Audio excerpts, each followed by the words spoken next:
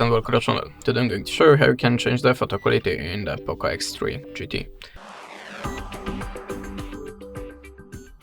So in the first step, open the camera app, then tap on the three-line button and choose settings.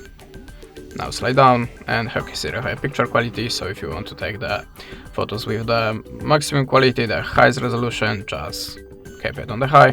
But if you want to take the photos and save more space in your storage, choose low or standard, go to the camera.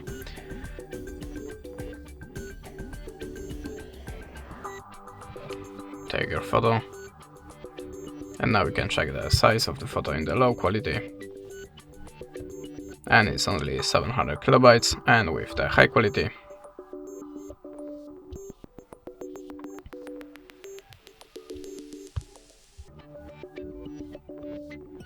we have a 600 kilobytes. I'm not sure why, but never mind, this is how it works. Thanks for watching, leave us a subscribe, a comment, and goodbye.